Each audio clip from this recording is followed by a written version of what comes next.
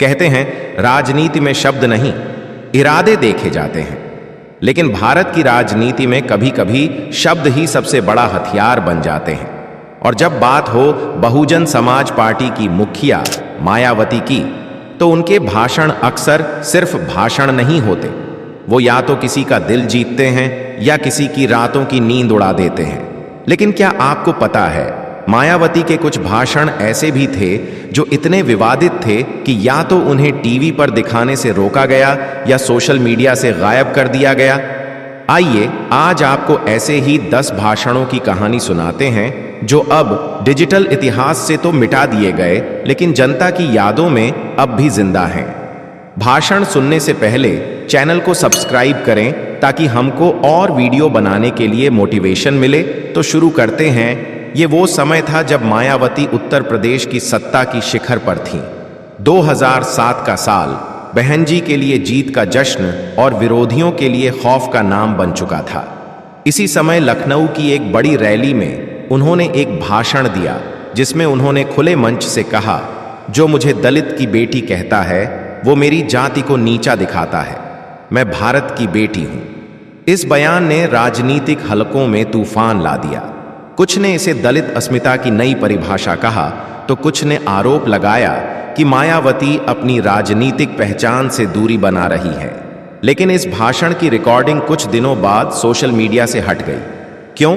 शायद इसलिए क्योंकि इससे उनके पुराने दलित एजेंडे से टकराव दिखता था। दूसरा भाषण था 2012 के विधानसभा चुनाव के दौरान। ये भाषण उन्होंने एक ग्रामीण सभा में दिया था, जहां उन्होंने कहा, अगर मुझे वोट नहीं दोगे तो समझ लो कि तुमने खुद अपने बच्चों का भविष्य बर्बाद कर दिया। इसे सीधे तौर पर धमकी भरा भाषण कहा गया और चुनाव आयोग ने भी नोटिस भेजा। कुछ न्यूज़ चैनल्स ने इसे चलाया, लेकिन फिर वीडियो धीरे धीरे गायब होने लगे। लोगों ने उसे शेयर करना चाहा, लेकिन कई सोशल प्लेटफॉर्म्स ने उसे हटाना शुरू कर दिया। कहते हैं कम्युनिटी गाइडलाइंस के नाम पर। तीसरे भाषण की चर्चा तो आज भी होती है, लेकिन वीडियो कोई नहीं दिखा सकता।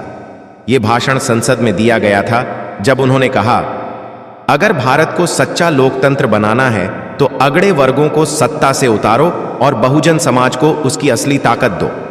यह बयान विपक्ष को आग की तरह चुभा। बीजेपी और कांग्रेस दोनों ने विरोध किया। भाषण रिकॉर्ड तो हुआ, लेकिन लोकसभा टीवी ने इसका हिस्सा काट दिया। फिर क्या था, सोशल मीडिया पर जो क्लिप थी वो भी कुछ ही महीनों में गायब हो गई। चौथा भाषण जिसने इंटरनेट की दीवारों को चीर दिया था, वो था 2015 में सहारनपुर हिंसा के बाद दिया गया बयान। मायावती ने आरोप लगाया कि प्रशासन जानबूझकर दलितों को दबा रहा है और उन्होंने कहा, अगर ये सरकार मुझे रोक सकती है तो मुझे जेल भेज दे, लेकिन दलितों की आवाज नहीं दबा सकती। भाषण में गुस्सा था, तीखापन था और जनता के बीच सीधा जुड़ाव था। लेकिन फिर वही कहानी, वीडियो पोस्ट हुए, ट्रेंड हुआ और फिर कुछ ही हफ्तों में सब कुछ गायब। कुछ कहते हैं वीडियो हटवाया गया, कुछ कहते हैं खुद पार्टी ने उसे डिलीट करवाया। अब आते हैं 5वें भाषण पर, जो 2017 में आया जब यूपी में बीजेपी की प्रचंड जीत हुई। मायावती ने कहा, यह जीत ईवीएम की नहीं, बीजेपी की बेईमानी की जीत है। उस समय देश भर में ईवीएम को लेकर बहस गर्म थी। मायावती का ये बयान, जिसमें उन्होंने चुनाव आयोग और केंद्र सरकार पर खुलेआम सवाल उठाए, इंटरनेट पर आग की तरह फैल गया। लेकिन जल्द ही वीडियो को मिस इन्फॉर्मेशन टैग दे दिया गया और हटाया जाने लगा।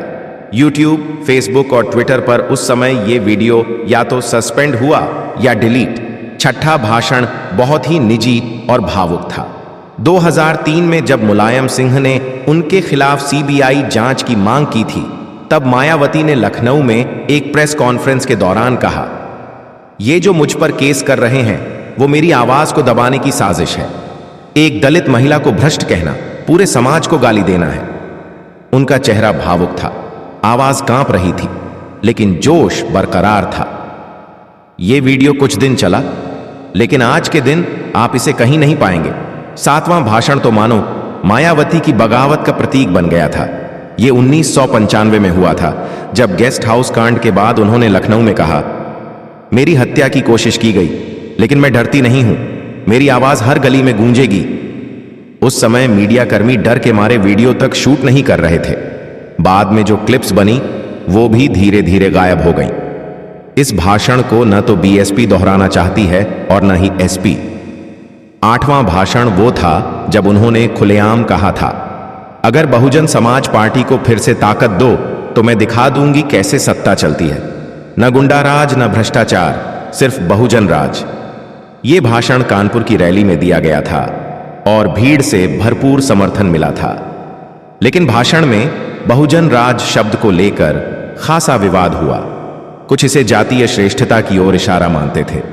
भाषण का वीडियो तेजी से फैलता, इससे पहले ही पार्टी के ही कुछ लोग इसे सोशल मीडिया से हटाने लगे। 9वें भाषण की बात करें तो वह 2021 में हुआ था।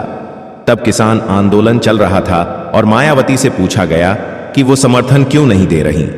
उन्होंने एक सभा में कहा, मैं किसी आंदोलन की मोहताज नहीं हूं, मेरी राजनीति संसद से चलती है, सड़क से नहीं। इस बयान को कई लोगों ने इलिटिस्ट बताया और सोशल मीडिया पर उनकी आलोचना शुरू हो गई। बीएसपी समर्थकों ने इस वीडियो को शेयर करने से मना कर दिया और धीरे धीरे यह क्लिप्स सोशल मीडिया से खुद ब खुद गायब हो गईं। आखिरी यानी 10वां भाषण हाल ही का है, 2023 में, जब उन्होंने एक प्रेस मीट में कहा, जो लोग कहते हैं कि बीएसपी खत्म हो गई, उन्हें 2024 में हमारा जवाब मिलेगा और अगर जनता ने साथ नहीं दिया तो मैं राजनीति छोड़ दूंगी। ये बयान बहुत बड़ा था, मीडिया में सनसनी थी, लेकिन कुछ ही दिनों बाद वो क्लिप सोशल मीडिया से हटा ली गई। पार्टी के सोशल हैंडल से भी वो पोस्ट डिलीट हो गए। क्या ये मायावती का डर था या रणनीति का हिस्सा? अब आप सोचेंगे कि इतने भाषण आखिर गायब क्यों हो जाते हैं? वजहें कई हैं, कभी तकनीकी, कभी राजनीतिक, कभी रणनीतिक। लेकिन एक बात साफ है, मायावती जानती हैं कि कौन सा शब्द किस वक्त कहकर भीड़ को मोड़ना है और कब उसे वापस खींच लेना है। ये स्क्रिप्ट सिर्फ भाषणों की लिस्ट नहीं, ये एक ऐसी राजनीतिक शैली की कहानी है जो बोलती कम है, लेकिन जब बोलती है तो तूफान ला देती है। इन 10 भाषणों के पीछे की कहानियां साबित करती हैं कि मायावती सिर्फ एक नेता नहीं, एक रणनीतिक योद्धा है। उन्होंने अपने शब्दों से सत्ता बनाई, विवादों से खुद को चमकाया और जब लगा कि कुछ भारी पड़ रहा है तो उसे गायब भी कर दिया। इस देश की राजनीति में ऐसे भाषण बहुत कम होते हैं जो मंच से कहे तो जाते हैं, लेकिन इतिहास से मिटा दिए जाते हैं। मायावती के ये 10 भाषण उसी अनकही राजनीति की दस्तक हैं जो आपको सोचने पर मजबूर करती हैं कि बोलने से ज्यादा कब और कैसे चुप रहना जरूरी होता है।